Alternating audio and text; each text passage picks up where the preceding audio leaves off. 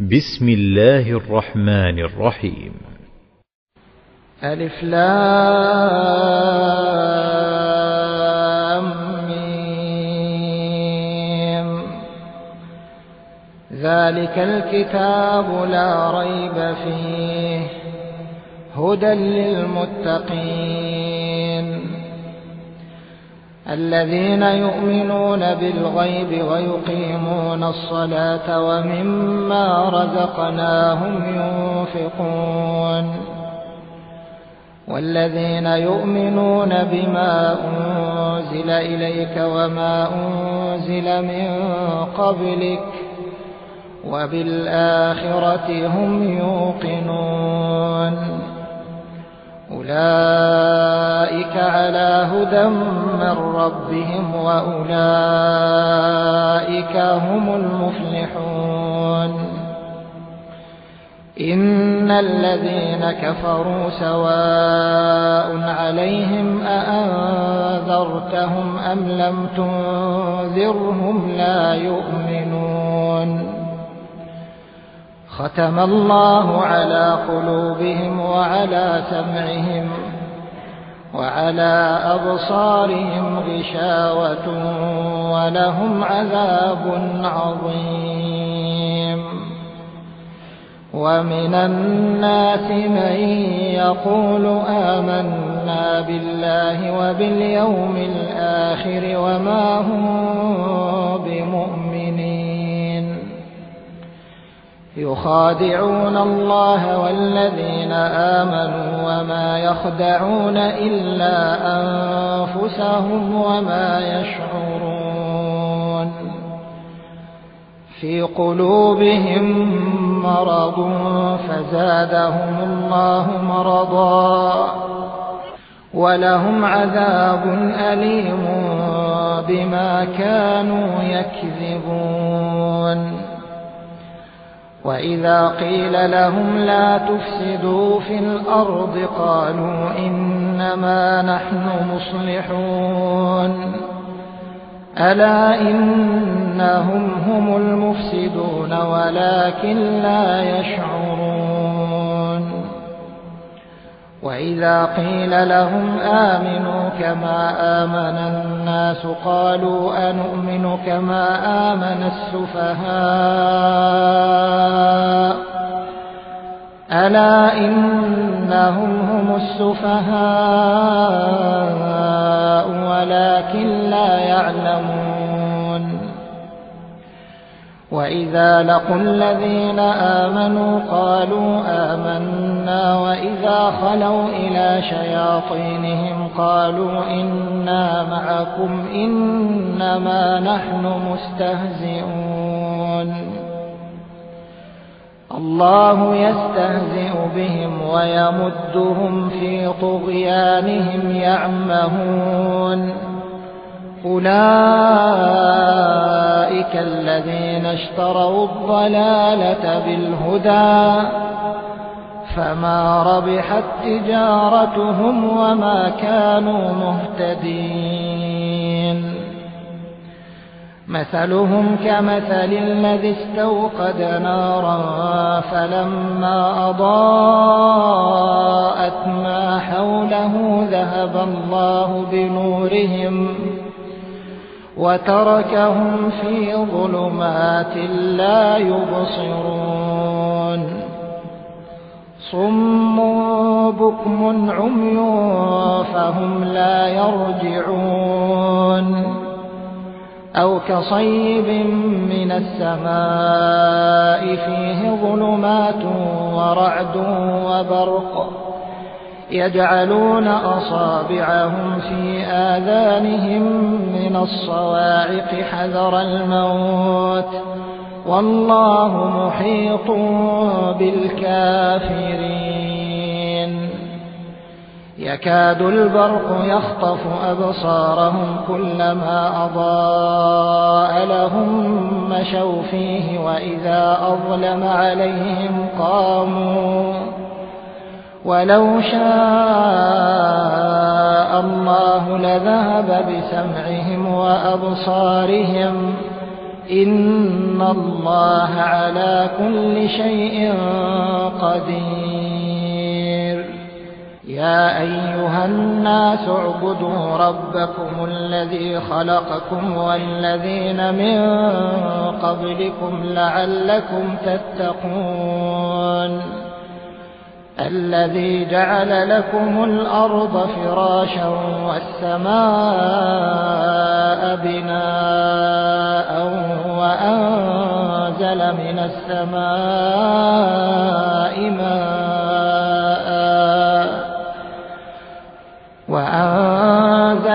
السماء ماء فأخرج به من الثمرات رزقا لكم فلا تجعلوا لله أندادا وأنتم تعلمون.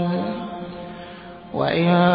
كنتم في ريب مما نزلنا على عبدنا فأتوا بسورة من مثله وادعوا شهداءكم من دون الله إن كنتم صادقين. فإن لم تفعلوا ولن تفعلوا فاتقوا النار التي وقودها الناس والحجارة أعدت للكافرين. وبشر الذين آمنوا وعملوا الصالحات أن لهم جنات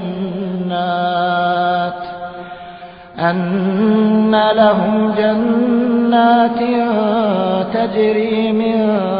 تحتها الأنهار كلما رزقوا منها من ثمرة رزقا قالوا هذا الذي رزقنا من قبل وأتوا به متشابها ولهم فيها أزواج مطهرة وهم فيها خالدون. إن الله لا يستحيي أن يضرب مثلا ما بعوضة فما فوقها فأما الذين آمنوا فيعلمون أنه الحق من ربهم وأما الذين كفروا فيقولون ماذا أراد الله بهذا مثلا يضل به كثيرا ويهدي به كثيرا وما يضل به إلا الفاسقين الذين ينقضون عهد الله من بعد ميثاقه ويقطعون ما أمر الله به أن يوصل ويفسدون في الأرض أولئك هم الخاسرون. كيف تكفرون بالله وكنتم أمواتا فأحياكم ثم يميتكم ثم يحييكم ثم إليه ترجعون. هو الذي خلق لكم ما في الأرض جميعا ثم استوى إلى السماء فسواهن 7 سماوات وهو بكل شيء عليم. وإذ قال ربك للملائكة إني جاعل في الأرض خليفة قالوا أتجعل فيها من يفسد فيها ويسفك الدماء ونحن نسبح بحمدك ونقدس لك قال إني أعلم ما لا تعلمون. وعلم آدم الأسماء كلها ثم عرضهم على الملائكة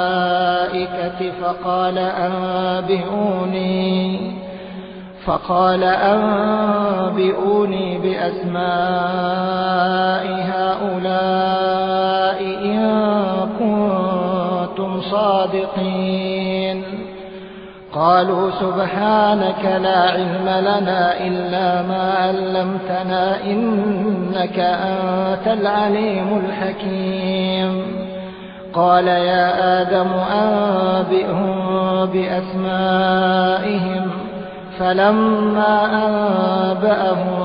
بأسمائهم قال ألم أقل لكم إني أعلم غيب السماوات والأرض وأعلم ما تبدون وما كنتم تكتمون. وإذ قلنا للملائكة اسجدوا لآدم فسجدوا إلا إبليس أبى واستكبر وكان من الكافرين. وقلنا يا آدم اسكن أنت وزوجك الجنة وكلا منها رغدا حيث شئتما ولا تقربا هذه الشجرة فتكونا من الظالمين. فأزلهما الشيطان عنها فأخرجهما مما كانا فيه. وقلنا اهبطوا بعضكم لبعض عدو ولكم في الأرض مستقر ومتاع إلى حين. فتلقى آدم من ربه كلمات فتاب عليه إنه هو التواب الرحيم. قلنا اهبطوا منها جميعا فإما يأتينكم مني هدى فمن تبع هداي فلا خوف عليهم ولا هم يحزنون. والذين كفروا وكذبوا بآياتنا أولئك أصحاب النار هم فيها خالدون. يا بني إسرائيل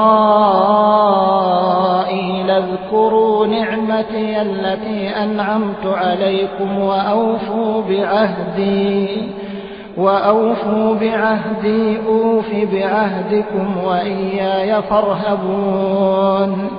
وآمنوا بما أنزلت مصدقا لما معكم ولا تكونوا أول كافر به ولا تشتروا بآياتي ثمنا قليلا وإياي فاتقون. ولا تلبسوا الحق بالباطل وتكتموا الحق وأنتم تعلمون. وأقيموا الصلاة وآتوا الزكاة واركعوا مع الراكعين. أتأمرون الناس بالبر وتنسون أنفسكم وأنتم تتلون الكتاب أفلا تعقلون. واستعينوا بالصبر والصلاة وإنها لكبيرة إلا على الخاشعين الذين يظنون أنهم ملاقو ربهم وأنهم إليه راجعون. يا بني إسرائيل اذكروا نعمتي التي أنعمت عليكم وأني فضلتكم على العالمين. واتقوا يوما لا تجزي نفس عن نفس شيئا ولا يقبل منها شفاعة ولا يؤخذ منها عدل ولا هم ينصرون. وإذ نجيناكم من آل فرعون يسومونكم سوء العذاب يذبحون أبناءكم ويستحيون نساءكم وفي ذلكم بلاء من ربكم عظيم. وإذ فرقنا بكم البحر فأنجيناكم وأغرقنا آل فرعون وأنتم تنظرون. وإذ واعدنا موسى 40 ليلة ثم اتخذتم العجل من بعده وأنتم ظالمون. ثم عفونا عنكم من بعد ذلك لعلكم تشكرون وإذ آتينا موسى الكتاب والفرقان لعلكم تهتدون وإذ قال موسى لقومه يا قوم إنكم ظلمتم أنفسكم باتخاذكم العجل فتوبوا إلى بارئكم فاقتلوا أنفسكم ذلكم خير لكم عند بارئكم فتاب عليكم إنه هو التواب الرحيم وإذ قلتم يا موسى لن نؤمن لك حتى نرى الله جهرة فأخذتكم الصاعقة وأنتم تنظرون ثم بعثناكم من بعد موتكم لعلكم تشكرون وظللنا عليكم الغمام وأنزلنا عليكم المن والسلوى كلوا من طيبات ما رزقناكم وما ظلمونا ولكن كانوا أنفسهم يظلمون وإذ قلنا ادخلوا هذه القرية فكلوا منها حيث شئتم رغدا وادخلوا الباب سجدا وقولوا حطة نغفر لكم خطاياكم وسنزيد المحسنين فبدل الذين ظلموا قولا غير الذي قيل لهم فأنزلنا على الذين ظلموا رجزا من السماء بما كانوا يفسقون وإذ استسقى موسى لقومه فقلنا اضرب بعصاك الحجر فانفجرت منه 12 عينا قد علم كل أناس مشربهم كلوا واشربوا من رزق الله ولا تعثوا في الأرض مفسدين وإذ قلتم يا موسى لن نصبر على طعام واحد فادع لنا ربك يخرج لنا مما تنبت الأرض من بقلها وقثائها وفومها وعدسها وبصلها قال أتستبدلون الذي هو أدنى بالذي هو خير اهبطوا مصرا فإن لكم ما سألتم وضربت عليهم الذلة والمسكنة وباءوا بغضب من الله ذلك بأنهم كانوا يكفرون بآيات الله ويقتلون النبيين بغير الحق ذلك بما عصوا وكانوا يعتدون إن الذين آمنوا والذين هادوا والنصارى والصابئين من آمن بالله واليوم الآخر وعمل صالحا فلهم أجرهم عند ربهم ولا خوف عليهم ولا هم يحزنون وإذ أخذنا ميثاقكم ورفعنا فوقكم الطور خذوا ما آتيناكم بقوة واذكروا ما فيه لعلكم تتقون ثم توليتم من بعد ذلك فلولا فضل الله عليكم ورحمته لكنتم من الخاسرين ولقد علمتم الذين اعتدوا منكم في السبت فقلنا لهم كونوا قردة خاسئين فجعلناها نكالا لما بين يديها وما خلفها وموعظة للمتقين. وإذ قال موسى لقومه إن الله يأمركم أن تذبحوا بقرة قالوا أتتخذنا هزوا قال أعوذ بالله أن أكون من الجاهلين. قالوا ادع لنا ربك يبين لنا ما هي قال إنه يقول إنها بقرة لا فارض ولا بكر عوان بين ذلك فافعلوا ما تؤمرون. قالوا ادع لنا ربك يبين لنا ما لونها قال إنه يقول إنها بقرة صفراء فاقع لونها تسر الناظرين. قالوا ادع لنا ربك يبين لنا ما هي إن البقرة شابه علينا وإنا إن شاء الله لمهتدون. قال إنه يقول إنها بقرة لا ذلول تثير الأرض ولا تسقي الحرث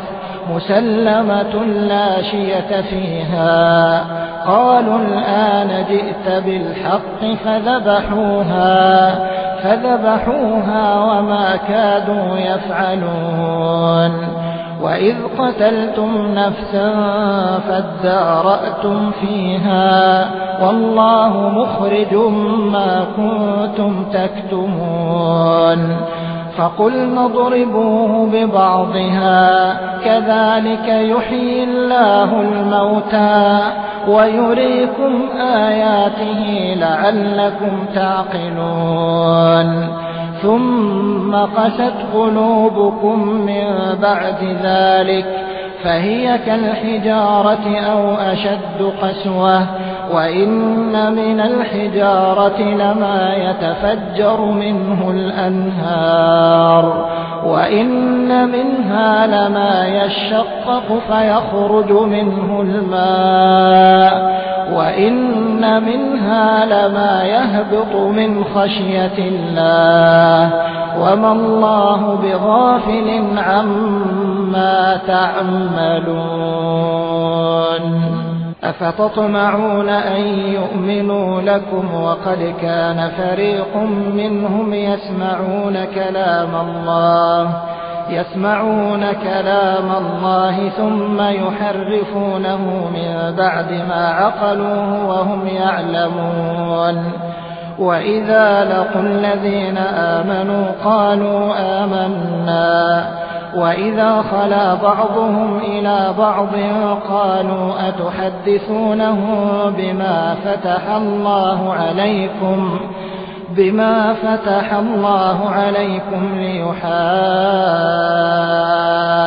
ليحاجوكم به عند ربكم أفلا تعقلون. أولا يعلمون أن الله يعلم ما يسرون وما يعلنون. ومنهم أميون لا يعلمون الكتاب إلا أماني وإن هم إلا يظنون. فويل للذين يكتبون الكتاب بأيديهم ثم يقولون هذا من عند الله ليشتروا به ثمنا قليلا فويل لهم مما كتبت أيديهم وويل لهم مما يكسبون. وقالوا لن تمسنا النار إلا أياما معدودة قل أتخذتم عند الله عهدا فلن يخلف الله عهده أم تقولون على الله ما لا تعلمون. بلى من كسب سيئة وأحاطت به خطيئته فأولئك أصحاب النار هم فيها خالدون والذين آمنوا وعملوا الصالحات أولئك أصحاب الجنة هم فيها خالدون وإذ أخذنا ميثاق بني إسرائيل لا تعبدون إلا الله وبالوالدين إحسانا وذي القربى واليتامى والمساكين وقولوا للناس حسنا وأقيموا الصلاة وآتوا الزكاة ثم توليتم إلا قليلا منكم وأنتم معرضون وإذ أخذنا ميثاقكم لا تسفكون دماءكم ولا تخرجون أنفسكم من دياركم ثم أقررتم وأنتم تشهدون ثم أنتم هؤلاء تقتلون أنفسكم وتخرجون فريقا منكم من ديارهم تظاهرون عليهم بالإثم والعدوان وإن يأتوكم أسارى تفادوهم وهو محرم عليكم إخراجهم أفتؤمنون ببعض الكتاب وتكفرون ببعض فما جزاء من يفعل ذلك منكم إلا خزي في الحياة الدنيا ويوم القيامة يردون إلى أشد العذاب وما الله بغافل عما تعملون أولئك الذين اشتروا الحياة الدنيا بالآخرة فلا يخفف عنهم العذاب ولا هم ينصرون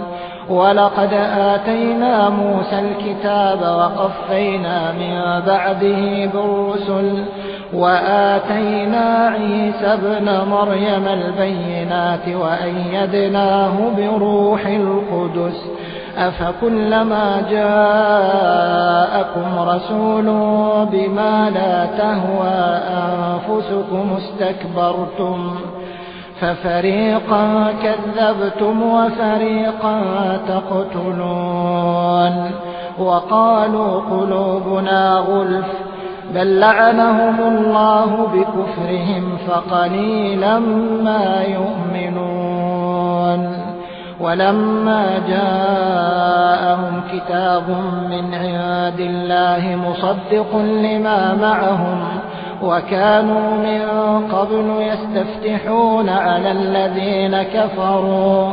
فلما جاءهم ما عرفوا كفروا به فلعنة الله على الكافرين بئس ما اشتروا به أنفسهم أن يكفروا بما أنزل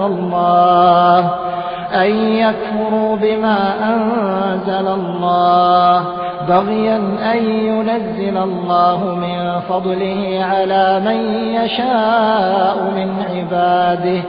فباءوا بغضب على غضب وللكافرين عذاب مهين وإذا قيل لهم آمنوا بما أنزل الله قالوا نؤمن بما أنزل علينا ويكفرون بما وراءه وهو الحق مصدقا لما معهم قل فلم تقتلون أنبياء الله من قبل إن كنتم مؤمنين ولقد جاءكم موسى بالبينات ثم اتخذتم العجل من بعده وأنتم ظالمون وإذ أخذنا ميثاقكم ورفعنا فوقكم الطور خذوا ما آتيناكم بقوة واسمعوا قالوا سمعنا وعصينا وأشربوا في قلوبهم العجل بكفرهم قل بئس ما يأمركم به إيمانكم إن كنتم مؤمنين قل إن كانت لكم الدار الآخرة عند الله خالصة من دون الناس فتمنوا الموت إن كنتم صادقين ولن يتمنوه أبدا بما قدمت أيديهم والله عليم بالظالمين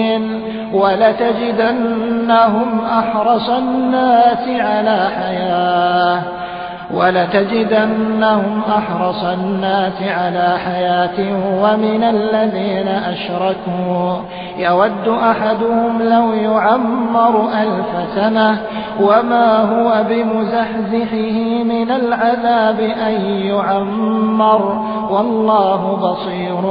بما يعملون قل من كان عدوا لجبريل فإنه نزله على قلبك بإذن الله مصدقا لما بين يديه وهدى وبشرى للمؤمنين من كان عدوا لله وملائكته ورسله وجبريل وميكال فإن الله عدو للكافرين ولقد أنزلنا إليك آيات بينات وما يكفر بها إلا الفاسقون أوكلما عاهدوا عهدا نبذه فريق منهم بل أكثرهم لا يؤمنون ولما جاءهم رسول من عند الله مصدق لما معهم نبذ فريق من الذين أوتوا الكتاب كتاب الله وراء ظهورهم كأنهم لا يعلمون واتبعوا ما تتلو الشياطين على ملك سليمان وما كفر سليمان ولكن الشياطين كفروا يعلمون الناس السحر وما أنزل على الملكين ببابل هاروت وماروت وما يعلمان من أحد حتى يقولا إنما نحن فتنة فلا تكفر فيتعلمون منهما ما يفرقون به بين المرء وزوجه وما هم بضارين به من أحد إلا بإذن الله ويتعلمون ما يضرهم ولا ينفعهم ولقد علموا لمن اشتراه ما له في الآخرة من خلاق ولبئس ما شروا به أنفسهم لو كانوا يعلمون ولو أنهم آمنوا واتقوا لمثوبة من عند الله خير لو كانوا يعلمون يا أيها الذين آمنوا لا تقولوا راعنا وقولوا انظرنا واسمعوا وللكافرين عذاب أليم ما يود الذين كفروا من أهل الكتاب ولا المشركين أن ينزل عليكم من خير من ربكم والله يختص برحمته من يشاء والله ذو الفضل العظيم ما ننسخ من آية أو ننسها نأت بخير منها أو مثلها ألم تعلم أن الله على كل شيء قدير ألم تعلم أن الله له ملك السماوات والأرض وما لكم من دون الله من ولي ولا نصير أم تريدون أن تسألوا رسولكم كما سئل موسى من قبل ومن يتبدل الكفر بالإيمان فقد ضل سواء السبيل ود كثير من أهل الكتاب لو يردونكم من بعد إيمانكم كفارا حسدا من عند أنفسهم من بعد ما تبين لهم الحق فاعفوا واصفحوا حتى يأتي الله بأمره إن الله على كل شيء قدير وأقيموا الصلاة وآتوا الزكاة وما تقدموا لأنفسكم من خير تجدوه عند الله إن الله بما تعملون بصير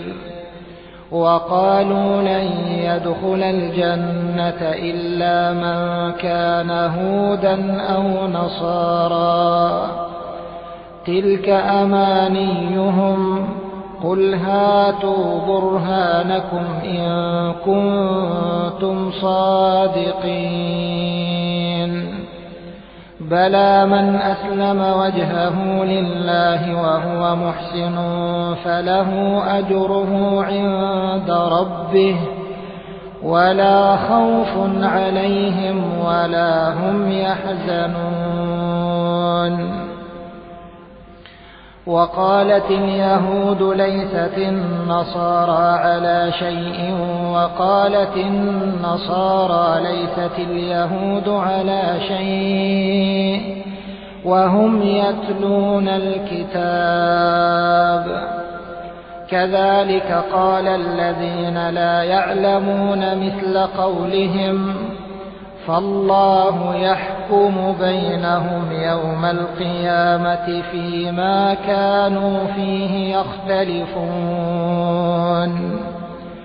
ومن أظلم ممن منع مساجد الله أن يذكر فيها اسمه وسعى في خرابها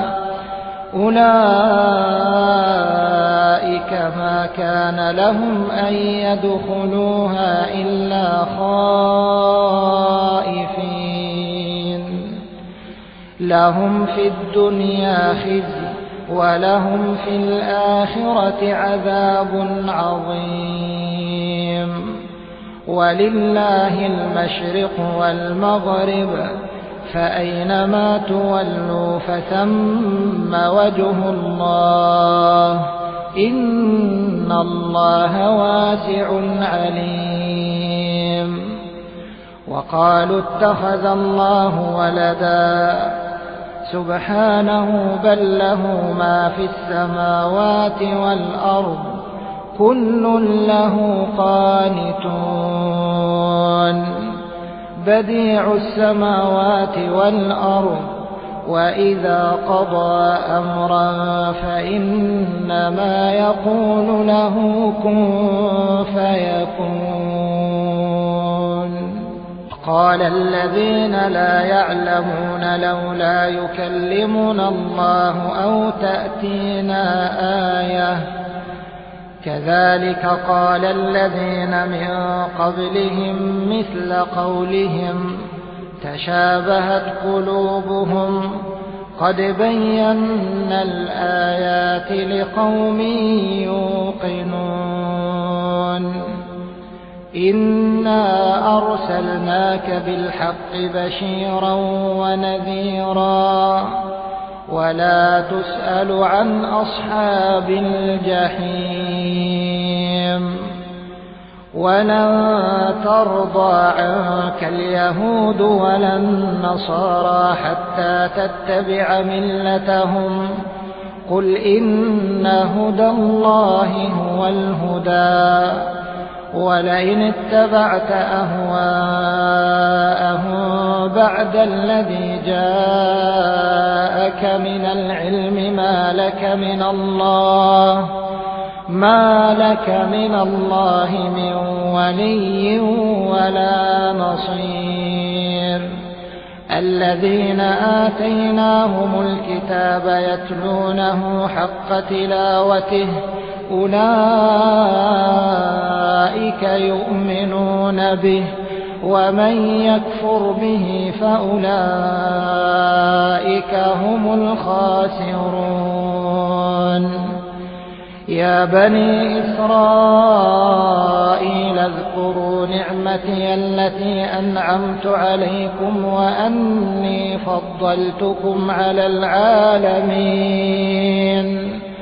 واتقوا يوما لا تجزي نفس عن نفس شيئا ولا يقبل منها عدل ولا تنفعها شفاعة ولا هم ينصرون وإذ ابتلى إبراهيم ربه بكلمات فأتمهن قال إني جاعلك للناس إماما قال ومن ذريتي قال لا ينال عهد الظالمين وإذ جعلنا البيت مثابة للناس وأمنا واتخذوا من مقام إبراهيم مصلى وعهدنا إلى إبراهيم وإسماعيل أن طهرا بيتي للطائفين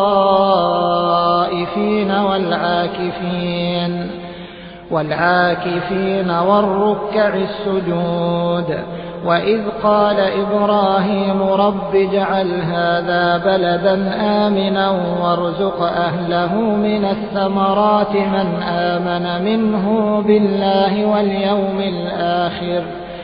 قال ومن كفر فأمتعه قليلا ثم أضطره إلى عذاب النار وبئس المصير وإذ يرفع إبراهيم القواعد من البيت وإسماعيل ربنا تقبل منا إنك أنت السميع العليم ربنا واجعلنا مسلمين لك ومن ذريتنا أمة مسلمة لك وأرنا مناسكنا وتب علينا إنك أنت التواب الرحيم ربنا وابعث فيهم رسولا منهم يتلو عليهم آياتك ويعلمهم الكتاب والحكمة ويزكيهم إنك أنت العزيز الحكيم ومن يرغب عن ملة إبراهيم إلا من سفه نفسه ولقد اصطفيناه في الدنيا وإنه في الآخرة لمن الصالحين إذ قال له ربه أسلم قال أسلمت لرب العالمين ووصى بها إبراهيم بنيه ويعقوب يا بني إن الله اصطفى لكم الدين فلا تموتن إلا وأنتم مسلمون أم كنتم شهداء إذ حضر يعقوب الموت إذ قال لبنيه ما تعبدون من بعدي قالوا نعبد إلهك وإله آبائك إبراهيم وإسماعيل وإسحاق إلها واحدا ونحن له مسلمون تلك أمة قد خلت لها ما كسبت ولكم ما كسبتم ولا تسألون عما كانوا يعملون. وقالوا كونوا هودا أو نصارى تهتدوا قل بل ملة إبراهيم حنيفا وما كان من المشركين. قولوا آمنا بالله وما أنزل إلينا وما أنزل إلى إبراهيم وإسماعيل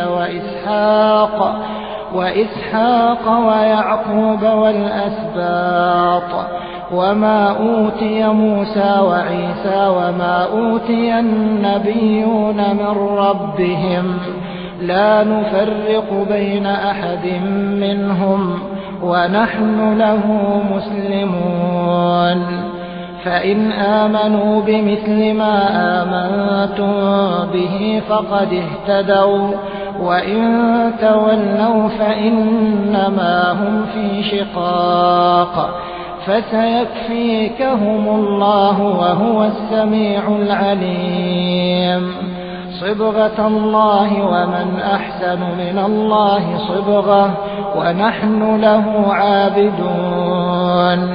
قل أتحاجوننا في الله وهو ربنا وربكم ولنا أعمالنا ولكم أعمالكم ونحن له مخلصون. أم تقولون إن إبراهيم وإسماعيل وإسحاق ويعقوب والأسباط كانوا هودا أو نصارى قل أأنتم أعلم أم الله ومن أظلم ممن كتم شهادة عنده من الله وما الله بغافل عما تعملون. تلك أمة قد خلت لها ما كسبت ولكم ما كسبتم ولا تسألون عما كانوا يعملون. سيقول السفهاء من الناس ما ولاهم عن قبلتهم التي كانوا عليها قل لله المشرق والمغرب يهدي من يشاء إلى صراط مستقيم. وكذلك جعلناكم أمة وسطا لتكونوا شهداء على الناس ويكون الرسول عليكم شهيدا. وما جعلنا القبلة التي كنت عليها إلا لنعلم من يتبع الرسول ممن ينقلب على عقبيه وإن كانت لكبيرة إلا على الذين هدى الله وما كان الله ليضيع إيمانكم إن الله بالناس لرؤوف رحيم. قد نرى تقلب وجهك في السماء فلنولينك قبلة ترضاها فول وجهك شطر المسجد الحرام وحيث ما كنتم فولوا وجوهكم شطره وإن الذين أوتوا الكتاب ليعلمون أنه الحق من ربهم وما الله بغافل عما يعملون.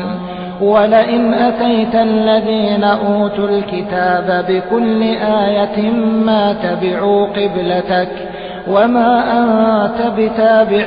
قبلتهم وما بعضهم بتابع قبلة بعض ولئن اتبعت أهواءهم من بعد ما جاءك من العلم إنك إذا لمن الظالمين. الذين آتيناهم الكتاب يعرفونه كما يعرفون أبناءهم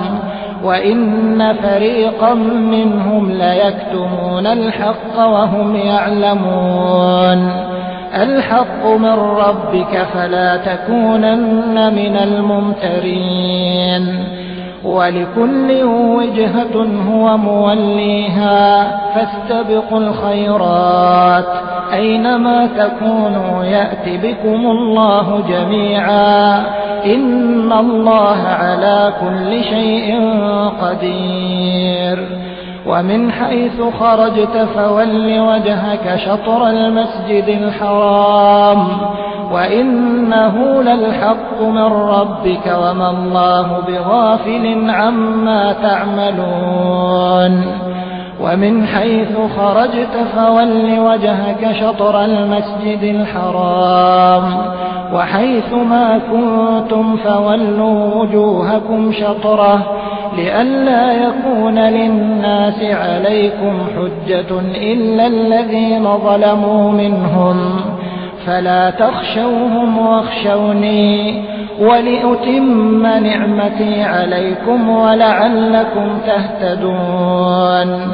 كما أرسلنا فيكم رسولا منكم يتلو عليكم آياتنا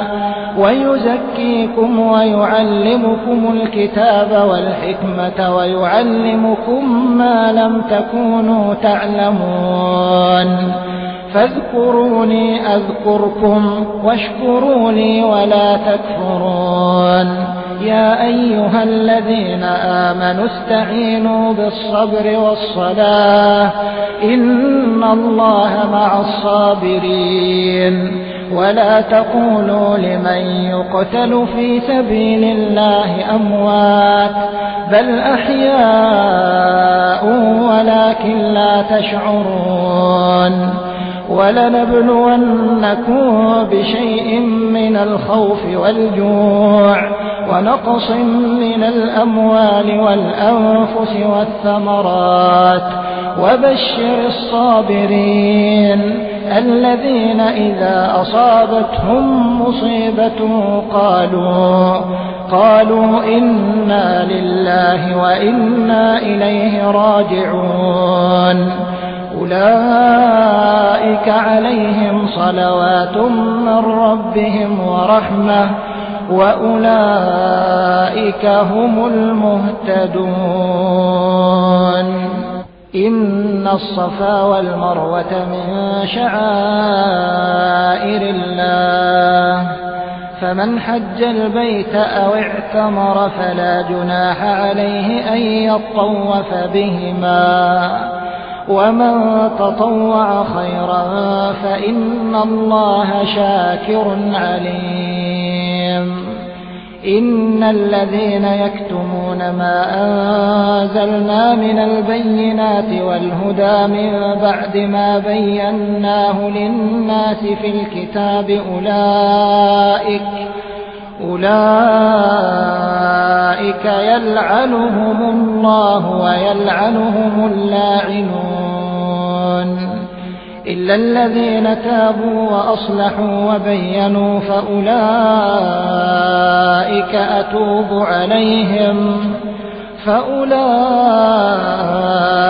أتوب عليهم وأنا التواب الرحيم. إن الذين كفروا وماتوا وهم كفار أولئك عليهم لعنة الله والملائكة والناس أجمعين خالدين فيها لا يخفف عنهم العذاب ولا هم ينظرون. وإلهكم إله واحد لا إله إلا هو الرحمن الرحيم. إن في خلق السماوات والأرض واختلاف الليل والنهار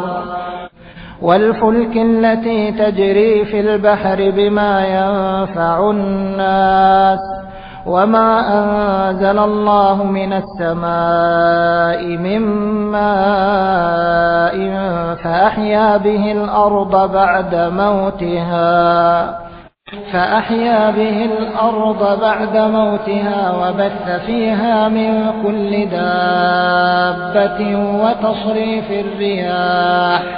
وتصريف الرياح والسحاب المسخر بين السماء والأرض لآيات لقوم يعقلون ومن الناس من يتخذ من دون الله أندادا يحبونهم كحب الله والذين آمنوا أشد حبا لله ولو يرى الذين ظلموا إذ يرون العذاب أن القوة لله جميعا وأن الله شديد العذاب إذ تبرأ الذين اتبعوا من الذين اتبعوا ورأوا العذاب وتقطعت بهم الأسباب وقال الذين اتبعوا لو أن لنا كرة فنتبرأ منهم كما تبرأوا منا كذلك يريهم الله أعمالهم حسرات عليهم وما هم بخارجين من النار يا أيها الناس كلوا مما في الأرض حلالا طيبا ولا تتبعوا خطوات الشيطان إنه لكم عدو مبين إنما يأمركم بالسوء والفحشاء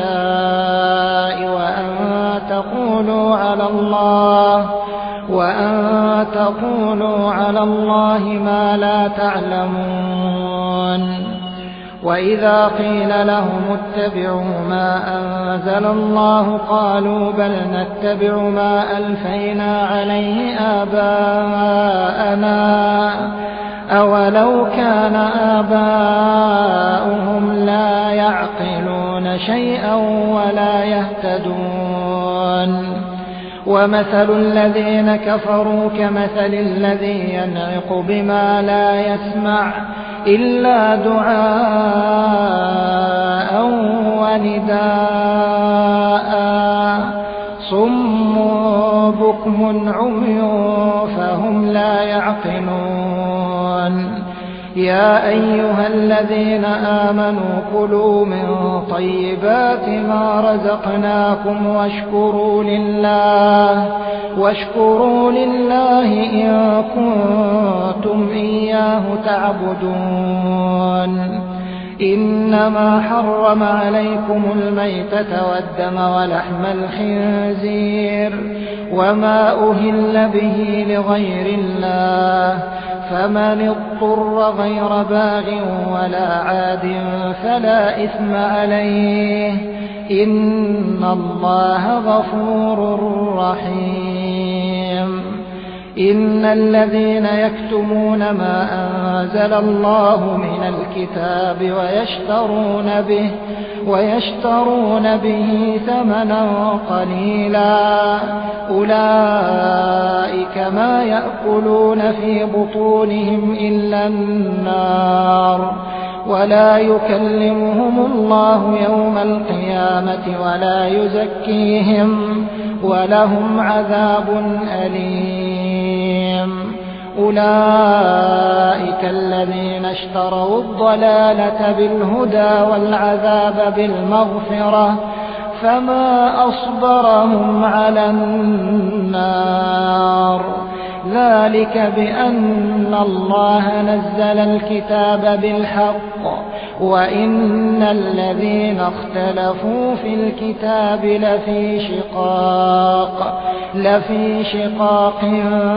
بعيد ليس البر أن تولوا وجوهكم قبل المشرق والمغرب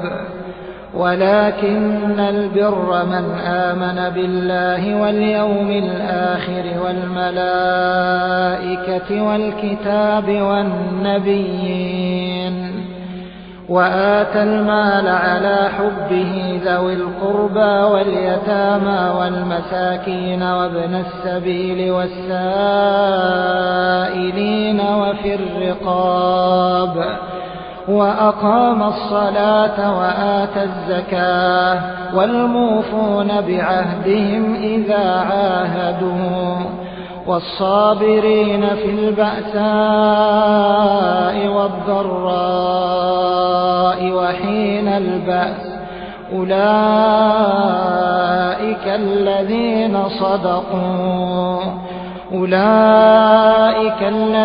صدقوا وأولئك هم المتقون. يا أيها الذين آمنوا كتب عليكم القصاص في القتلى الحر بالحر والعبد بالعبد والأنثى بالأنثى فمن عفي له من أخيه شيء فاتباع بالمعروف وأداء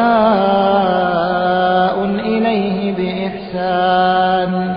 ذلك تخفيف من ربكم ورحمة فمن اعتدى بعد ذلك فله عذاب أليم. ولكم في القصاص حياة يا أولي الألباب لعلكم تتقون.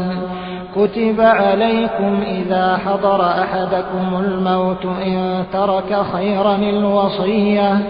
الوصية للوالدين والأقربين بالمعروف حقا على المتقين. فمن بدله بعدما سمعه فإنما إثمه على الذين يبدلونه إن الله سميع عليم. فمن خاف من موص جنفا أو إثما فأصلح بينهم فلا إثم عليه إن الله غفور رحيم. يا أيها الذين آمنوا كتب عليكم الصيام كما كتب على الذين من قبلكم لعلكم تتقون. أياما معدودات فمن كان منكم مريضا أو على سفر فعدة من أيام أخر وعلى الذين يطيقونه فدية طعام مسكين فمن تطوع خيرا فهو خير له وأن تصوموا خير لكم إن كنتم تعلمون. شهر رمضان الذي أنزل فيه القرآن هدى للناس وبينات من الهدى والفرقان فمن شهد منكم الشهر فليصمه ومن كان مريضا أو على سفر فعدة من أيام أخر يريد الله بكم اليسر ولا يريد بكم العسر ولتكملوا العدة ولتكبروا الله على ما هداكم ولعلكم تشكرون. وإذا سألك عبادي عني فإني قريب أجيب دعوة الداع إذا دعان فليستجيبوا لي وليؤمنوا بي لعلهم يرشدون. أحل لكم ليلة الصيام الرفث إلى نسائكم هن لباس لكم وأنتم لباس لهن علم الله أنكم كنتم تختانون أنفسكم فتاب عليكم وعفى عنكم فالآن باشروهن وابتغوا ما كتب الله لكم وكلوا واشربوا حتى يتبين لكم الخيط الأبيض من الخيط الأسود من الفجر ثم أتموا الصيام إلى الليل ولا تباشروهن وأنتم عاكفون في المساجد تلك حدود الله فلا تقربوها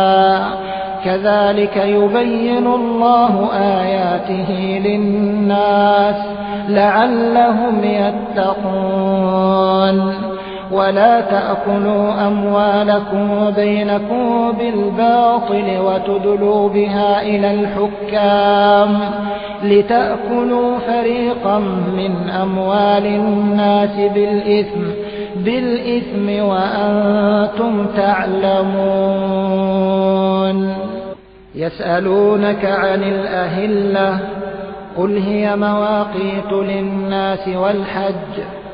وليس البر بأن تأتوا البيوت من ظهورها ولكن البر من اتقى وأتوا البيوت من أبوابها واتقوا الله لعلكم تفلحون وقاتلوا في سبيل الله الذين يقاتلونكم ولا تعتدوا إن الله لا يحب المعتدين واقتلوهم حيث ثقفتموهم وأخرجوهم من حيث أخرجوكم والفتنة أشد من القتل ولا تقاتلوهم عند المسجد الحرام حتى يقاتلوكم فيه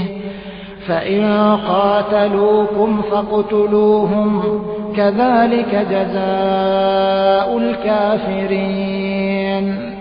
فإن انتهوا فإن الله غفور رحيم وقاتلوهم حتى لا تكون فتنة ويكون الدين لله فإن انتهوا فلا عدوان إلا على الظالمين الشهر الحرام بالشهر الحرام والحرمات قصاص فمن اعتدى عليكم فاعتدوا عليه بمثل ما اعتدى عليكم واتقوا الله واعلموا أن الله مع المتقين وأنفقوا في سبيل الله ولا تلقوا بأيديكم إلى التهلكة وأحسنوا إن الله يحب المحسنين وأتموا الحج والعمرة لله فإن أحصرتم فما استيسر من الهدي ولا تحلقوا رؤوسكم حتى يبلغ الهدي محله فمن كان منكم مريضا أو به أذى من رأسه ففدية من صيام أو صدقة أو نسك فإذا أمنتم فمن تمتع بالعمرة إلى الحج فما استيسر من الهدي فمن لم يجد فصيام 3 أيام في الحج و7 إذا رجعتم تلك 10 كاملة ذلك لمن لم يكن أهله حاضر المسجد الحرام واتقوا الله واعلموا أن الله شديد العقاب الحج أشهر معلومات فمن فرض فيهن الحج فلا رفث ولا فسوق ولا جدال في الحج وما تفعلوا من خير يعلمه الله وتزودوا فإن خير الزاد التقوى واتقون يا أولي الألباب ليس عليكم جناح أن تبتغوا فضلا من ربكم فإذا أفضتم من عرفات فاذكروا الله عند المشعر الحرام واذكروه كما هداكم وإن كنتم من قبله لمن الضالين ثم أفيضوا من حيث أفاض الناس واستغفروا الله إن الله غفور رحيم فإذا قضيتم مناسككم فاذكروا الله كذكركم آباءكم أو أشد ذكرا فمن الناس من يقول ربنا آتنا في الدنيا وما له في الآخرة من خلاق ومنهم من يقول ربنا آتنا في الدنيا حسنة وفي الآخرة حسنة وقنا عذاب النار أولئك لهم نصيب مما كسبوا والله سريع الحساب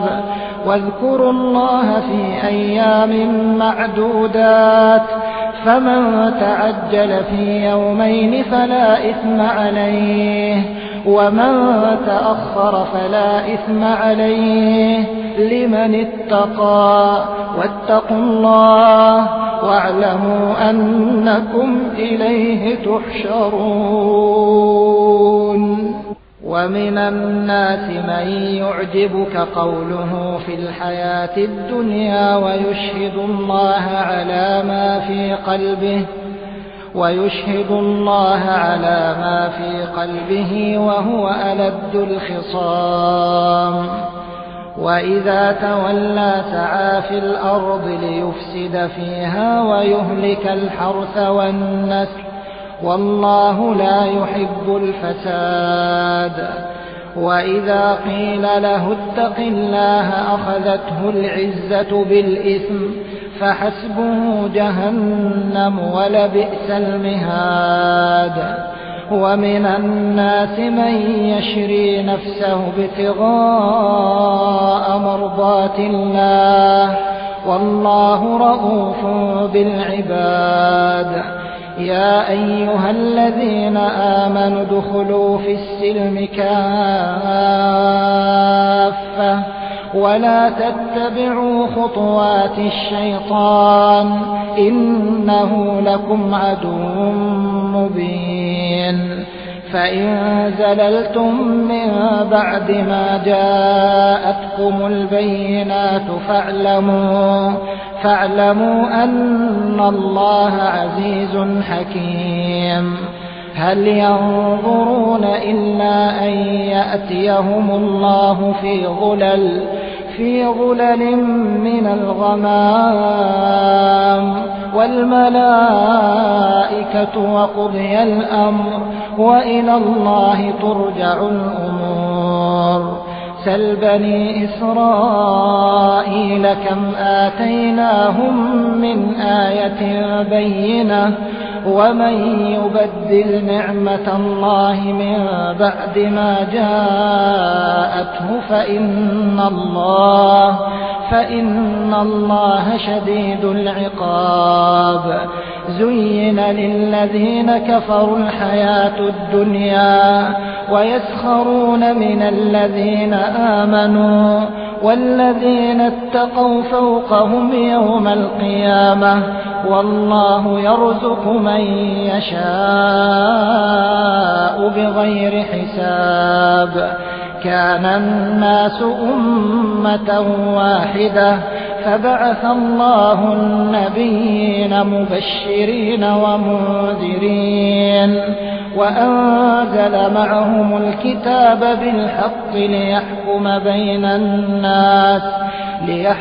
بين الناس فيما اختلفوا فيه وما اختلف فيه إلا الذين أوتوه من بعد ما جاءتهم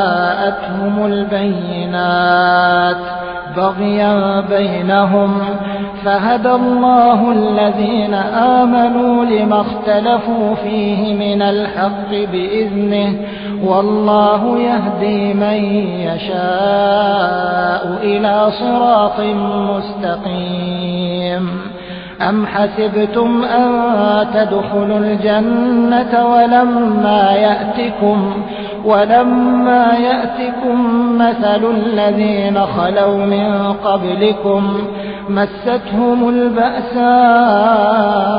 والضراء وزلزلوا حتى حتى يقول الرسول والذين آمنوا معه متى نصر الله ألا إن نصر الله قريب يسألونك ماذا ينفقون قل ما أنفقتم من خير فللوالدين والأقربين واليتامى والمساكين وابن السبيل وما تفعلوا من خير فإن الله به عليم كتب عليكم القتال وهو كره لكم وعسى أن تكرهوا شيئا وهو خير لكم وعسى أن تحبوا شيئا وهو شر لكم والله يعلم وأنتم لا تعلمون يسألونك عن الشهر الحرام قتال فيه قل قتال فيه كبير وصد عن سبيل الله وكفر به والمسجد الحرام وإخراج أهله منه أكبر عند الله والفتنة أكبر من القتل ولا يزالون يقاتلونكم حتى يردوكم عن دينكم إن استطاعوا ومن يرتد منكم عن دينه فيمت وهو كافر فأولئك حبطت أعمالهم في الدنيا والآخرة وأولئك أصحاب النار هم فيها خالدون إن الذين آمنوا والذين هاجروا وجاهدوا في سبيل الله أولئك يرجون رحمة الله والله غفور رحيم يسألونك عن الخمر والميسر قل فيهما إثم كبير ومنافع للناس وإثمهما أكبر من نفعهما ويسألونك ماذا ينفقون قل العفو كذلك يبين الله لكم الآيات لعلكم تتفكرون في الدنيا والآخرة ويسألونك عن اليتامى قل إصلاح لهم خير وإن تخالطوهم فإخوانكم والله يعلم المفسد من المصلح ولو شاء الله لأعنتكم إن الله عزيز حكيم ولا تنكحوا المشركات حتى يؤمنوا ولأمة مؤمنة خير من مشركة ولو أعجبتكم ولا تنكحوا المشركين حتى يؤمنوا ولعبد مؤمن خير من مشرك ولو أعجبكم أولئك يدعون إلى النار والله يدعو إلى الجنة والمغفرة بإذنه ويبين آياته للناس لعلهم يتذكرون ويسألونك عن المحيض قل هو أذى فاعتزلوا النساء في المحيض ولا تقربوهن حتى يطهرن فإذا تطهرن فأتوهن من حيث أمركم الله إن الله يحب التوابين ويحب المتطهرين. نساؤكم حرث لكم فأتوا حرثكم أنى شئتم وقدموا لأنفسكم واتقوا الله واعلموا أنكم ملاقوه.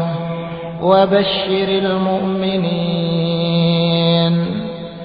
ولا تجعلوا الله عرضة لأيمانكم أن تبروا وتتقوا وتصلحوا بين الناس والله سميع عليم. لا يؤاخذكم الله باللغو في أيمانكم ولكن يؤاخذكم بما كسبت قلوبكم والله غفور حليم. للذين يؤلون من نسائهم تربص 4 أشهر فإن فاءوا فإن الله غفور رحيم. وإن عزموا الطلاق فإن الله سميع عليم. والمطلقات يتربصن بأنفسهن 3 قروء ولا يحل لهن أن يكتمن ما خلق الله في أرحامهن إن كن يؤمن بالله واليوم الآخر وبعولتهن أحق بردهن في ذلك إن أرادوا إصلاحا ولهن مثل الذي عليهن بالمعروف وللرجال عليهن درجة والله عزيز حكيم. الطلاق 2 فإمساك بمعروف أو تسريح بإحسان. ولا يحل لكم أن تأخذوا مما آتيتموهن شيئا إلا أن يخافا ألا يقيما حدود الله فإن خفتم ألا يقيما حدود الله فلا جناح عليهما فيما افتدت به تلك حدود الله فلا تعتدوها ومن يتعد حدود الله فأولئك هم الظالمون. فإن طلقها فلا تحل له من بعد حتى تنكح زوجا غيره فإن طلقها فلا جناح عليهما أن يتراجعا إن ظنا أن يقيما حدود الله وتلك حدود الله يبينها لقوم يعلمون. وإذا طلقتم النساء فبلغن أجلهن فأمسكوهن بمعروف أو سرحوهن بمعروف ولا تمسكوهن ضرارا لتعتدوا ومن يفعل ذلك فقد ظلم نفسه. ولا تتخذوا آيات الله هزوا واذكروا نعمة الله عليكم وما أنزل عليكم من الكتاب والحكمة يعظكم به واتقوا الله واعلموا أن الله بكل شيء عليم. وإذا طلقتم النساء فبلغن أجلهن فلا تعضلوهن أن ينكحن أزواجهن إذا تراضوا بينهم بالمعروف، ذلك يوعظ به من كان منكم يؤمن بالله واليوم الآخر، ذلكم أزكى لكم وأطهر، والله يعلم وأنتم لا تعلمون. والوالدات يرضعن أولادهن حولين كاملين لمن أراد أن يتم الرضاعة، وعلى المولود له رزقهن وكسوتهن بالمعروف، لا تكلف نفس إلا وسعها، لا تضار والدة بولدها ولا مولود له بولده، وعلى الوارث مثل ذلك، فإن أرادا فصالا عن تراض منهما وتشاور فلا جناح عليهما. وإن أردتم أن تسترضعوا أولادكم فلا جناح عليكم إذا سلمتم ما آتيتم بالمعروف، واتقوا الله واعلموا أن الله بما تعملون بصير. والذين يتوفون منكم ويذرون أزواجا يتربصن بأنفسهن 4 أشهر وعشرا، فإذا بلغن أجلهن فلا جناح عليكم فيما فعلن في أنفسهن بالمعروف، والله بما تعملون خبير. ولا جناح عليكم فيما عرضتم به من خطبة النساء أو أكننتم في أنفسكم، علم الله أنكم ستذكرونهن ولكن لا تواعدوهن سرا إلا أن تقولوا قولا معروفا، ولا تعزموا عقدة النكاح حتى يبلغ الكتاب أجله، واعلموا أن الله يعلم ما في أنفسكم فاحذروه، واعلموا أن الله غفور حليم. لا جناح عليكم إن طلقتم النساء ما لم تمسوهن أو تفرضوا لهن فريضة،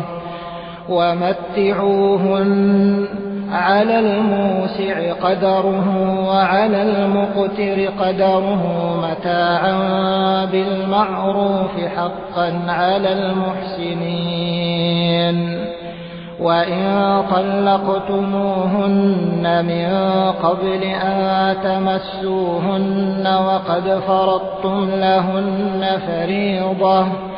فنصف ما فرضتم إلا أن يعفون أو يعفو الذي بيده عقدة النكاح، وأن تعفوا أقرب للتقوى، ولا تنسوا الفضل بينكم، إن الله بما تعملون بصير. حافظوا على الصلوات والصلاة الوسطى وقوموا لله قانتين، فإن خفتم فرجالا أو ركبانا،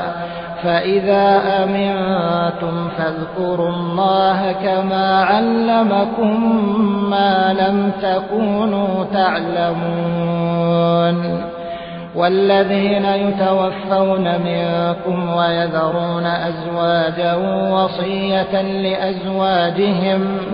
متاعا إلى الحول غير إخراج، فإن خرجن فلا جناح عليكم فيما فعلن في أنفسهن من معروف، والله عزيز حكيم. وللمطلقات متاع بالمعروف حقا على المتقين، كذلك يبين الله لكم آياته لعلكم تعقلون. ألم تر إلى الذين خرجوا من ديارهم وهم ألوف حذر الموت فقال لهم الله موتوا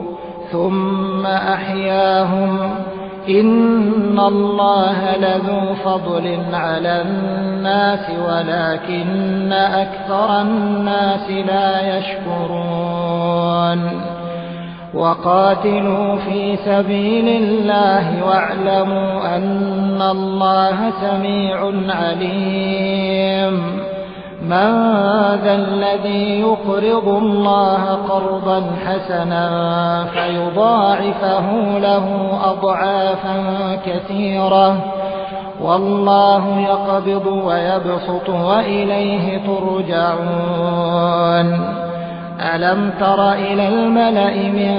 بني إسرائيل من بعد موسى إذ قالوا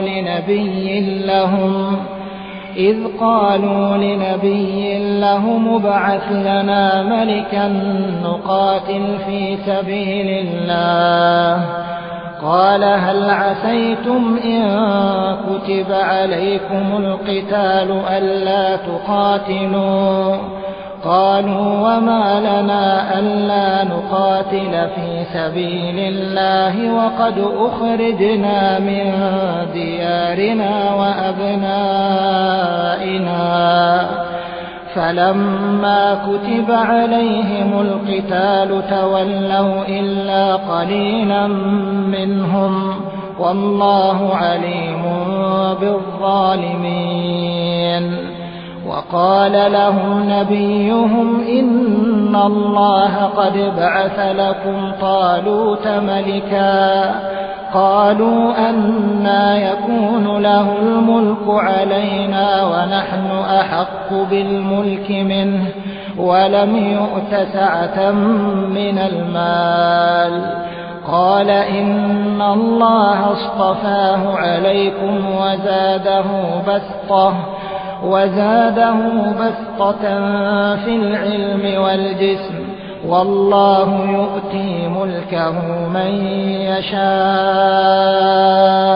والله واسع عليم. وقال لهم نبيهم إن آية ملكه أن يأتيكم التابوت فيه سكينة من ربكم وبقية مما ترك آل موسى وآل هارون تحمله الملائكة، إن في ذلك لآية لكم إن كنتم مؤمنين. فلما فصل طالوت بالجنود قال إن الله مبتليكم بنهر، فمن شرب منه فليس مني ومن لم يطعمه فإنه مني إلا من اغترف غرفة بيده، فشربوا منه إلا قليلا منهم، فلما جاوزه هو والذين آمنوا معه قالوا لا طاقة لنا اليوم بجالوت وجنوده، قال الذين يظنون أنهم ملاقو الله كم من فئة قليلة غلبت فئة كثيرة بإذن الله والله مع الصابرين. ولما برزوا لجالوت وجنوده قالوا ربنا أفرغ علينا صبرا وثبت أقدامنا وانصرنا على القوم الكافرين. فهزموهم بإذن الله. وقتل داود جالوت وآتاه الله الملك والحكمة وعلمه مما يشاء. ولولا دفع الله الناس بعضهم ببعض لفسدت الأرض ولكن الله ذو فضل على العالمين. تلك آيات الله نتلوها عليك بالحق وإنك لمن المرسلين. تلك الرسل فضلنا بعضهم على بعض منهم من كلم الله ورفع بعضهم درجات. وآتينا عيسى ابن مريم البينات وأيدناه بروح القدس ولو شاء الله ما اقتتل الذين من بعدهم من بعد ما جاءتهم البينات ولكن اختلفوا فمنهم من آمن ومنهم من كفر ولو شاء الله ما اقتتلوا ولكن الله يفعل ما يريد. يا أيها الذين آمنوا أنفقوا مما رزقناكم من قبل أن يأتي يوم لا بيع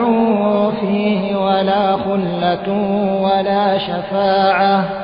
والكافرون هم الظالمون. الله لا إله إلا هو الحي القيوم لا تأخذه سنة ولا نوم له ما في السماوات وما في الأرض. من ذا الذي يشفع عنده إلا بإذنه يعلم ما بين أيديهم وما خلفهم ولا يحيطون بشيء من علمه إلا بما شاء. وسع كرسيه السماوات والأرض ولا يؤوده حفظهما وهو العلي العظيم. لا إكراه في الدين قد تبين الرشد من الغي. فمن يكفر بالطاغوت ويؤمن بالله فقد استمسك بالعروة الوثقى لا انفصام لها والله سميع عليم. الله ولي الذين آمنوا يخرجهم من الظلمات إلى النور والذين كفروا أولياؤهم الطاغوت يخرجونهم من النور إلى الظلمات. أولئك أصحاب النار هم فيها خالدون. ألم تر إلى الذي حاج إبراهيم في ربه أن آتاه الله الملك إذ قال إبراهيم ربي الذي يحيي ويميت قال أنا أحيي وأميت قال إبراهيم فإن الله يأتي بالشمس من المشرق فأت بها من المغرب فبهت الذي كفر والله لا يهدي القوم الظالمين أو كالذي مر على قرية وهي خاوية على عروشها قال أنى يحيي هذه الله بعد موتها فأماته الله 100 عام ثم بعثه قال كم لبثت قال لبثت يوما أو بعض يوم قال بل لبثت 100 عام فانظر إلى طعامك وشرابك لم يتسنه وانظر إلى حمارك ولنجعلك آية للناس وانظر إلى العظام كيف ننشزها ثم نكسوها لحما فلما تبين له قال أعلم أن الله على كل شيء قدير وإذ قال إبراهيم رب أرني كيف تحيي الموتى قال أولم تؤمن قال بلى ولكن ليطمئن قلبي قال فخذ 4 من الطير فصرهن إليك ثم اجعل على كل جبل منهن جزءا ثم ادعوهن يأتينك سعيا واعلم أن الله عزيز حكيم مثل الذين ينفقون أموالهم في سبيل الله كمثل حبة أنبتت 7 سنابل في كل سنبلة 100 حبة والله يضاعف لمن يشاء والله واسع عليم الذين ينفقون أموالهم في سبيل الله ثم لا يتبعون ما أنفقوا منا ولا أذى لهم أجرهم عند ربهم ولا خوف عليهم ولا هم يحزنون قول معروف ومغفرة خير من صدقة يتبعها أذى والله غني حليم يا أيها الذين آمنوا لا تبطلوا صدقاتكم بالمن والأذى كالذي ينفق ماله رئاء الناس ولا يؤمن بالله واليوم الآخر فمثله كمثل صفوان عليه تراب فأصابه وابل فتركه صلدا لا يقدرون على شيء مما كسبوا والله لا يهدي القوم الكافرين ومثل الذين ينفقون أموالهم ابتغاء مرضات الله وتثبيتا من أنفسهم كمثل جنة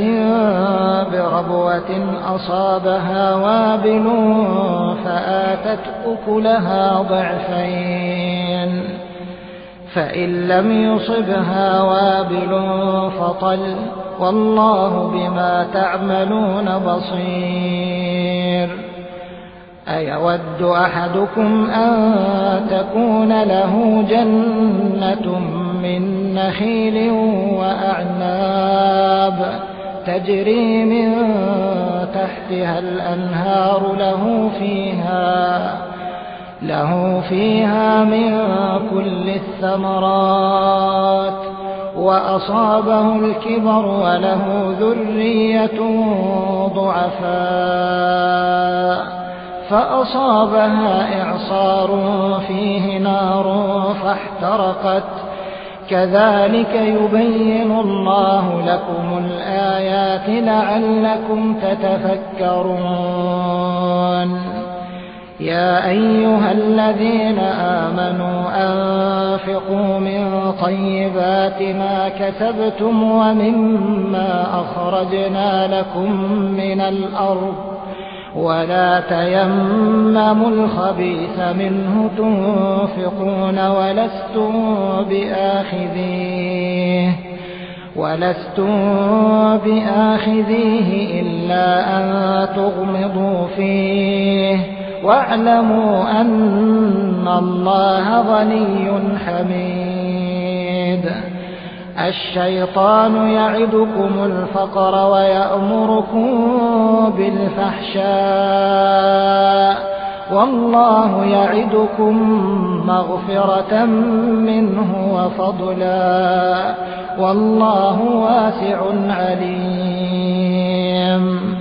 يؤتي الحكمة من يشاء ومن يؤت الحكمة فقد أوتي خيرا كثيرا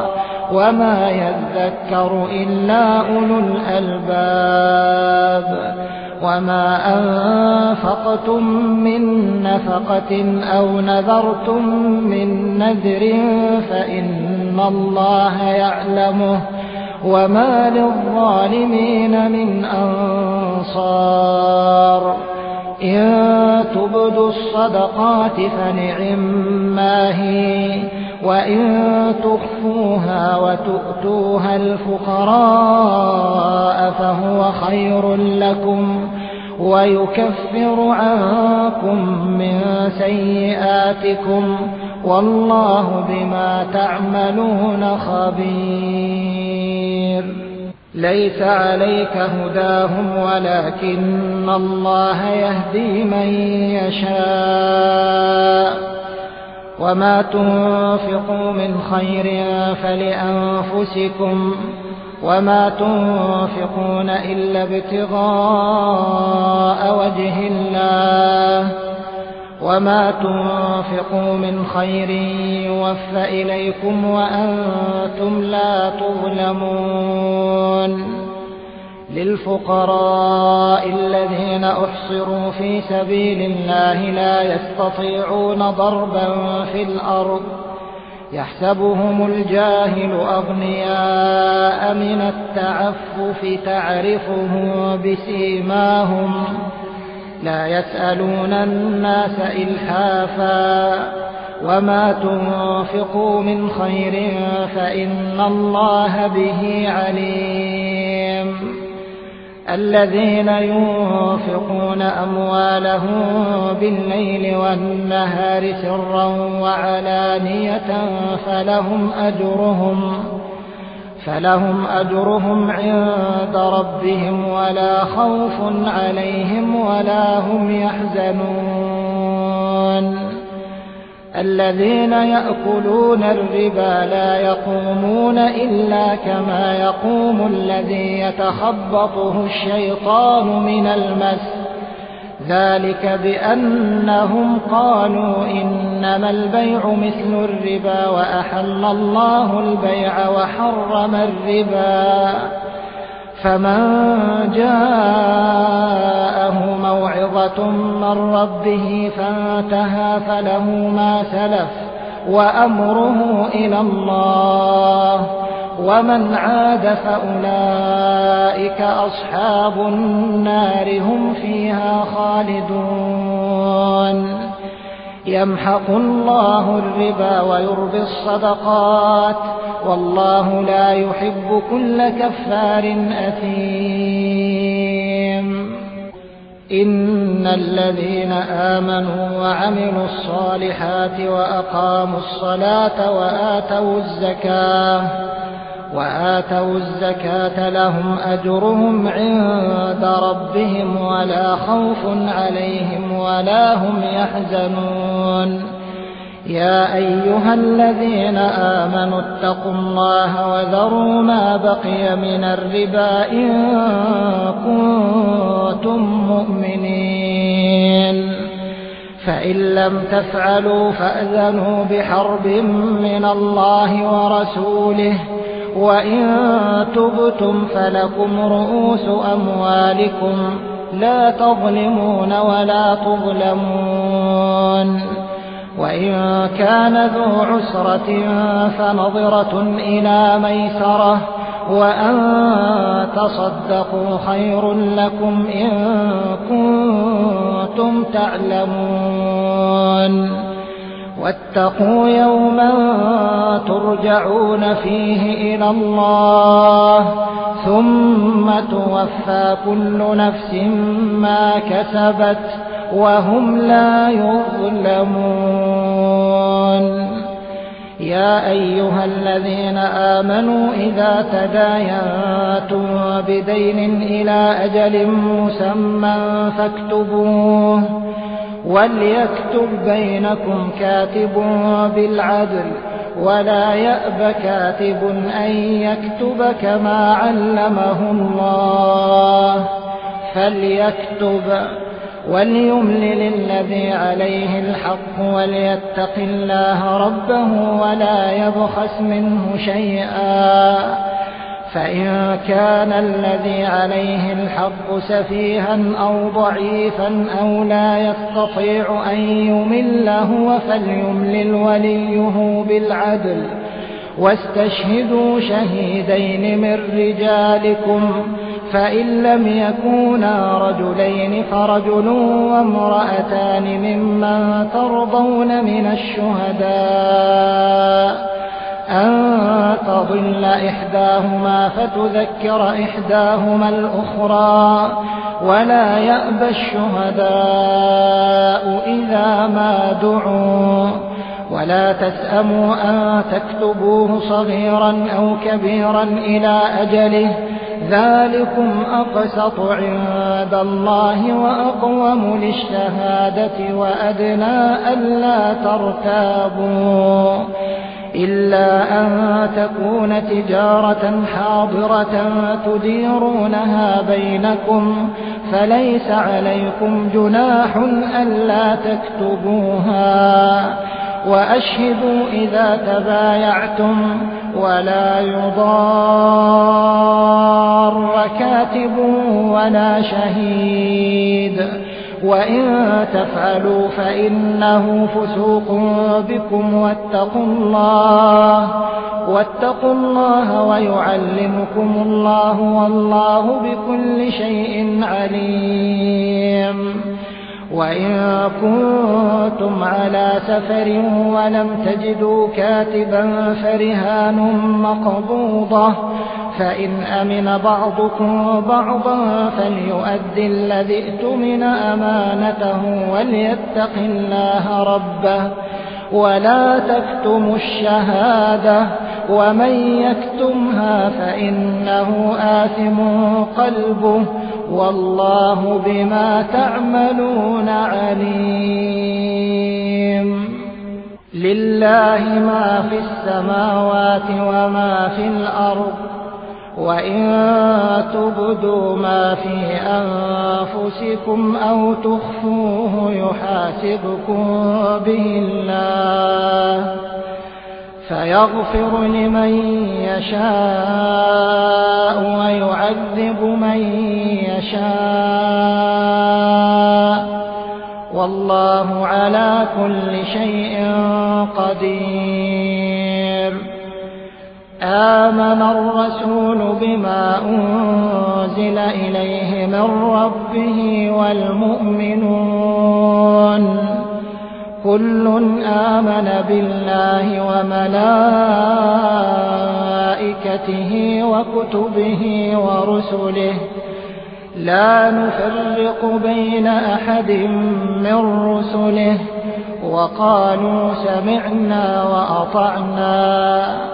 غفرانك ربنا وإليك المصير لا يكلف الله نفسا إلا وسعها لها ما كسبت وعليها ما اكتسبت ربنا لا تؤاخذنا إن نسينا أو أخطأنا ربنا ولا تحمل علينا إصرا كما حملته على الذين من قبلنا ربنا ولا تحملنا ما لا طاقة لنا به واعف عنا واغفر لنا وارحمنا أنت مولانا فانصرنا على القوم الكافرين